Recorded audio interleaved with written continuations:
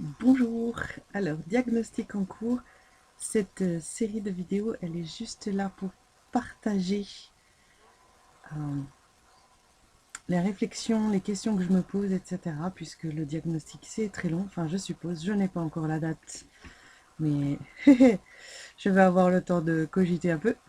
Et, et donc je pense qu'une fois que le diagnostic sera posé, que ce soit TDAH ou autre chose, j'aurai moins de questions et plus de peut-être plus de clés pour trouver des orientations plus précises dans la vie. Euh, mais en tout cas, du coup, j'ai ce laps de temps que je trouve formidable puisque je suis obligée de me poser des questions sur mes propres fonctionnements et surtout qu'est-ce qui est intéressant à dire parce que je peux venir dire ah, mais j'ai 10 doigts. On va dire, bah, tout le monde a 10 doigts a priori et donc c'est ça que j'ai du mal à faire. Je vois bien qu'il y a un truc qui est pas comme la majorité des gens et en même temps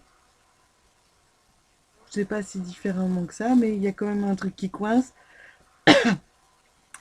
Euh, donc le besoin d'extérioriser, je sais pas, pour clarifier, je peux me contenter de cahier. Je sais pas pourquoi, je me suis dit ok, je vais passer par une série de vidéos comme ça va m'obliger aussi moi à poser un truc après un autre et non pas juste avoir toutes ces évidences dans la tête et puis d'oublier aussi. J'oublie, il y a des trucs que je vois, et j'oublie après. Là, par exemple, je me suis dit, en fait, je sais que pour la première vidéo, j'avais des trucs vachement bien dit qui pouvaient être utiles pour l'auditeur, mais désolé, j'ai oublié. Mais je sais que ça reviendra, donc tout va bien. Ça va pas revenir ce soir, je pense pas. Oui, on peut parler par exemple de la procrastination. Aller se coucher, il est 23h59. Et ça serait mieux que je sois déjà au lit depuis 2 heures. En plus, j'adore être au lit, j'adore dormir. Je sais pas pourquoi j'y vais pas. Si je sais un petit peu. Bah ouais, bah tiens, bah, je peux parler de ça par exemple. Il y a plusieurs choses. Donc pour moi, ce qui va être très difficile, c'est de faire la part des choses entre est-ce que c'est un symptôme lié au TDAH ou c'est un symptôme lié à autre chose. Donc il y a déjà le fait que je souffre de fatigue chronique depuis l'adolescence et donc bah, j'étais obligée d'aller à l'école même fatiguée et après j'ai travaillé. Donc j'ai fait des choses très chouettes mais quand même fatiguée. Comme j'avais envie de le faire, j'étais puisée dans les réserves pour sortir l'énergie au moment où il y en avait besoin, ou un minimum d'énergie, on va dire. Et donc j'ai tellement été habituée à être fatiguée et à travailler fatiguée du matin au soir depuis l'âge de 13 ans, et donc aller me coucher, donc j'étais déjà épuisée, enfin vraiment aller me coucher quand je tombe, quoi, parce que de toute façon je suis tout le temps en retard dans le travail. Eh bien, je sais pas, je pense que les gens le soir, à un moment, ils ont un truc qui dit bon, allez maintenant, F étoile le monde, et maintenant je rentre dans l'autre monde qui est celui du sommeil. Et j'ai pas vraiment ça spontanément, et en même temps, enfin, bon, bref. Et donc, ça y est, là, c'est pénible pour vous. Et donc, je vais pas me coucher parce que j'ai pris l'habitude d'aller me coucher quand je suis vraiment très fatiguée.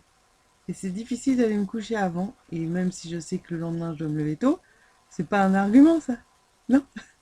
Surtout si j'ai peut-être pas encore eu, je sais pas, soit la dose de sérotonine, soit la dose. Alors je pense que sérotonine, peut-être plus ou moins, parce qu'il y a quand même un moment où c'est pas le même état, quoi, c'est que la journée.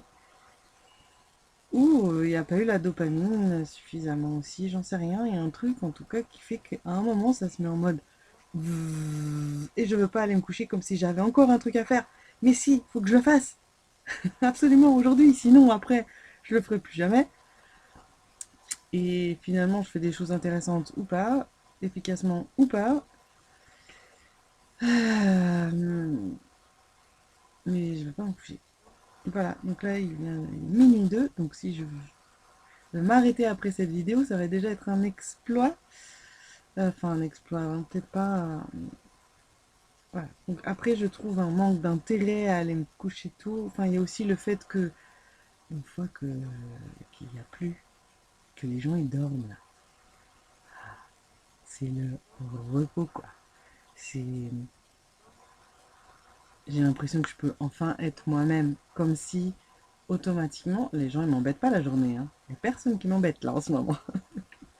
C'est juste que, comme si quand c'est le jour et qu'il y a quand même un peu d'activité et tout autour de moi, euh, bah, quelque part ça se met en mode je dois faire attention à faire bien comme il faut pour pas trop déranger et qu'à partir d'une certaine heure, bah, toutes les pressions s'en vont quoi.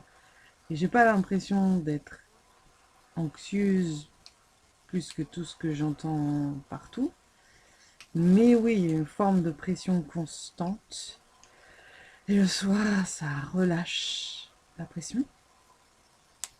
Voilà, donc si vous avez des expériences de comment est-ce que vous avez géré votre procrastination au sommeil, je vous en serai très reconnaissant, puisque c'est actuellement ma première recherche. Euh, quelle stratégie je peux adopter? Donc, ok, il y a l'alarme sur le téléphone pour aller se coucher, laisse tomber, ça marche pas. J'en ai juste rien à faire. D'accord? C'est un peu un oui, c'est une forme de bug, c'est-à-dire que si j'en avais pas rien à faire, j'aurais pas de problème à aller me coucher. C'est pas que j'oublie, j'y pense quand même au moins une fois par heure. Faudrait peut-être aller te coucher, mais je sais pas, j'ai envie de faire ceci ou cela. Et là, par exemple, je suis super fatiguée. Bon, voilà, ça c'est bon pour la première vidéo. Vous vous débrouillez avec ça. Et si vous avez des curiosités, bah, vous me posez des questions. Euh, Allez, voilà, vu que ma difficulté c'est d'arrêter, j'arrête. Bonne journée.